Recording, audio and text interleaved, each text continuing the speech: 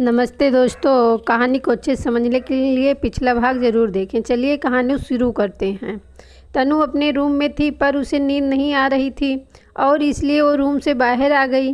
वो अभी थोड़ी दूर गई होगी कि तभी उसे अंश और अक्षित दिखाई दिए। वो उनके पास पहुँचे उससे पहले ही अक्षित वहाँ से चला गया था और जब अंश ने उसे देखा तो उससे पूछा, तनु तुम यहाँ? तनु ने उसके सवाल का जवाब देने की बजाय उसे सवाल करते हुए पूछा, कहाँ से आ रहे हो तुम दोनों? उसका सवाल सुन अंश को समझ नहीं आ रहा था कि वो क्या कहे। उसने बात को पलटने की कोशिश करते हुए उसने उबासी लेते हुए कहा, तनु हम ना कल बात करते हैं, इस वक्त मुझे ना काफ़ी नींद आ रही है। तुम भी जाओ और जाकर सो जाओ। कल सबसे ज़्यादा काम तो तुम्हें ही है, क्यों? तो इसलिए तुम भी सो जाओ, ठीक है, मैं चलता हूँ। इतना कहकर वो वहाँ से जाने लगा पर तनु ने उसका हाथ पकड़ लिया। अंश ने उसकी तरफ देखा।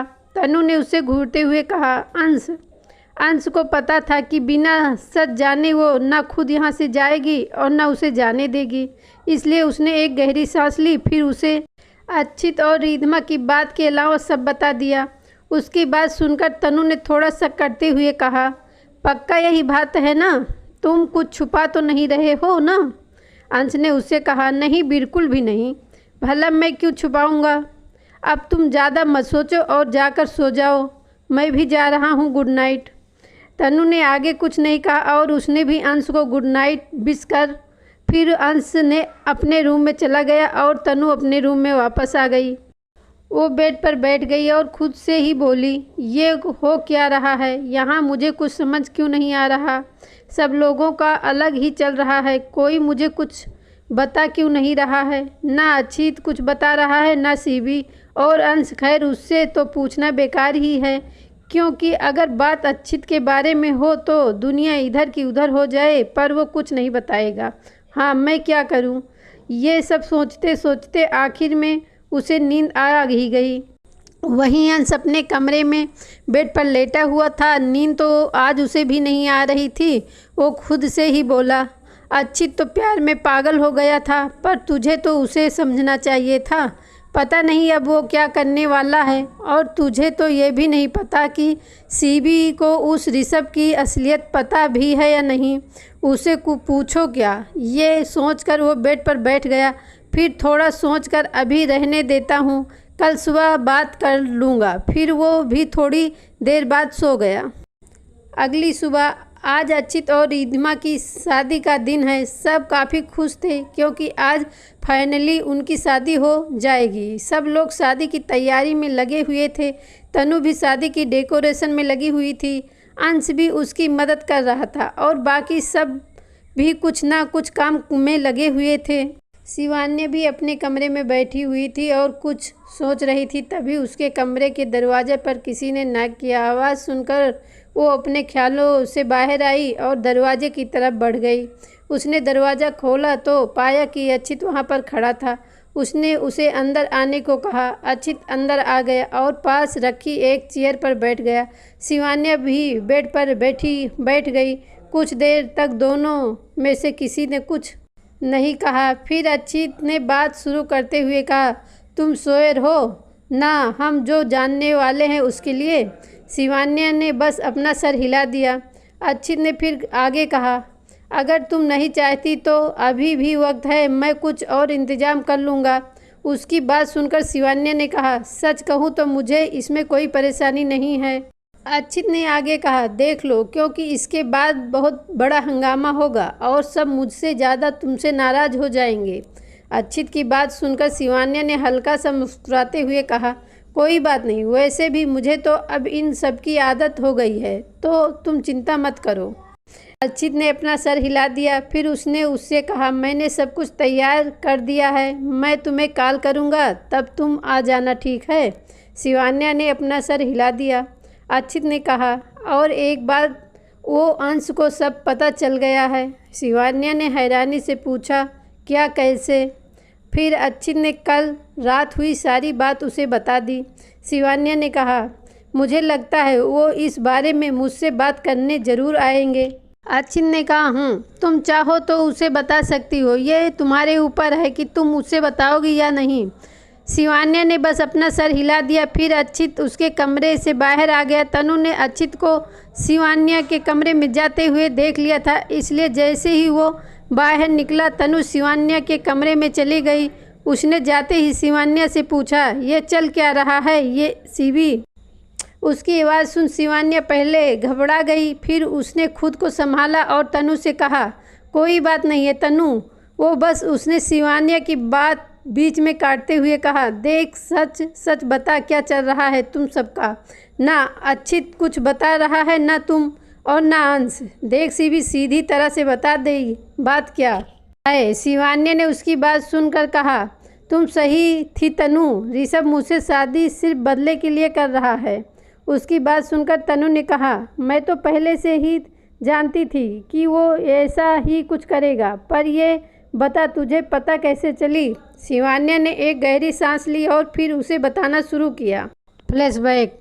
मेहंदी वाली रात शिवान्या को नींद नहीं आ रही थी, इसलिए वो बालकनी में चली गई। वहाँ से उसने देखा कि ऋषभ टेरिस की तरफ जा रहा है और थोड़ी देर बाद उसने रिधिमा को भी उस तरफ जाते देखा। वो खुद से ही बोली, ये दोनों इतनी रात को कहाँ जा रहे हैं? कुछ सोचकर वो भी कमरे से बाहर आई और उस तरफ चली गई। उसने उनकी बात सुनने की कोशिश की और उसने भी वो ही सारी बात सुनी थी जो अक्षित ने सुनी थी।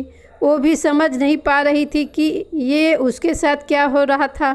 उसकी बहन और उसका होने वाला पति उसे धोखा दे रहे थे। वो वहाँ से वापस नीचे आ गई और उसे कुछ समझ नहीं आ रहा था कि वो क्या करे। उसने आकाश को इस बारे में बताने का सोचा और ये सोचते हुए वो उनके कमरे के पास पहुंची। उसने दरवाजे पर नॉक करने के लिए हाथ उठाया ही था, पर कमरे में से आ रही आवाज़ सुन के वो रुक गई। कमरे में प्रेरणा आकाश से बात कर रही थी। वो उसे बोली, एक बार हमारी बेटी की शादी हो जाए, उसके बाद उसे शिवान्या की भी जल्दी शादी करवा के प्रॉपर्टी देते हैं। उसके बाद प्रॉपर्टी के पेपर का साइन करवा लेंगे। अब मैं उसे और बर्दाश्त नहीं कर सकती। उसकी बात पर आकाश ने कहा, पर तुम्हें लगता है कि वो प्रॉपर्टी के पेपर पर साइन करेगी? प्रेरणा ने कहा, क्यों नहीं करेगी, उसे करनी पड़ेगी। आखिर इतने सालों से उसके लिए तो उसे पाल रहे थे। उसकी बात पर आकाश ने कहा, वो तो ठीक है, पर अगर उसे पता चल गया कि ये सब हमने बस उसकी माँ की प्रॉपर्टी के लिए किया है तो? उसकी बात पर प्रेरणा ने कहा, तो क्या कर लेगी वो? कुछ नहीं कर पाएगी। और एक बार शादी होने के बाद ऋषभ उसे अच्छे से संभाल लेगा, तुम चिंता मत करो। आकाश ने बस अपना सर हिला दिया। शिवान्या जो बाहर खड़ी ये सब सुन रही थी, उसने अभी अभी जो सुना उस पर उसे यकीन नहीं हो रहा था। वो समझ नहीं पाई कि वो जाए तो जाए कहाँ। रिधिमा और ऋषभ से मिला धोखा क्या कम था उसके लिए, जो अब उसे पता चला कि उसके माँ पापा जिसके कहने पर वो शादी तक के लिए मान गई, वो सिर्फ उससे उसकी माँ की प्रॉपर्टी के लिए उसे अपने साथ रख रहे थे। उसे समझ नहीं आ रहा था कि वो कहाँ जाए और किसे बताए। फिर वो होटल से बाहर कार लेकर बाहर आ गई। Flashback and.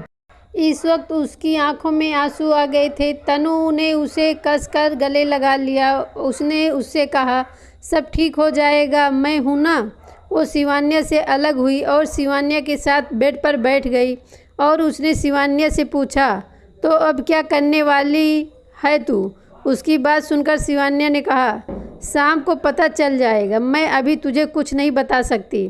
तनु ने कहा, पर शिवान्या ने उसकी बात बीच में ही काटते हुए कहा, पर कुछ नहीं, शाम को पता चल जाएगा। और हाँ, अंश भाई को भी इस बारे में बता देना।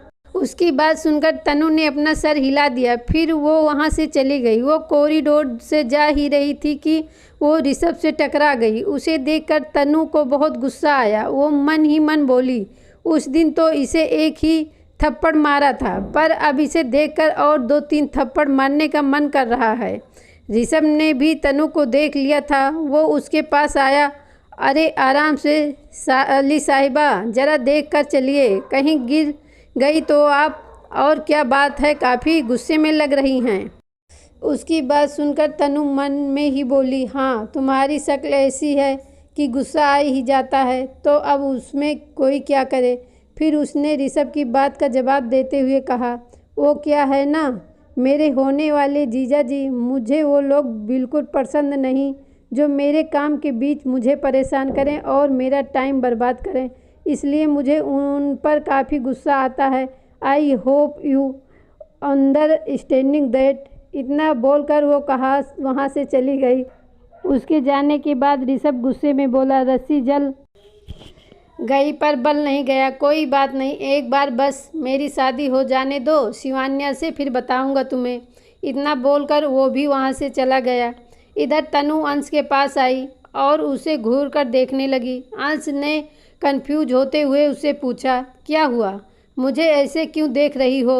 उसकी बात सुनकर तनु ने कहा, मुझे सब कुछ पता चल गया है जो तुमने कल मुझसे नहीं बताया था। उसकी बात सुनकर अंश की आंखें हैरानी से बड़ी हो गई। तो दोस्तों, आज का भाग यही ख़त्म होता है। अगला भाग सुनने के लिए हमारे चैनल को सब्सक्राइब करें। धन्यवाद।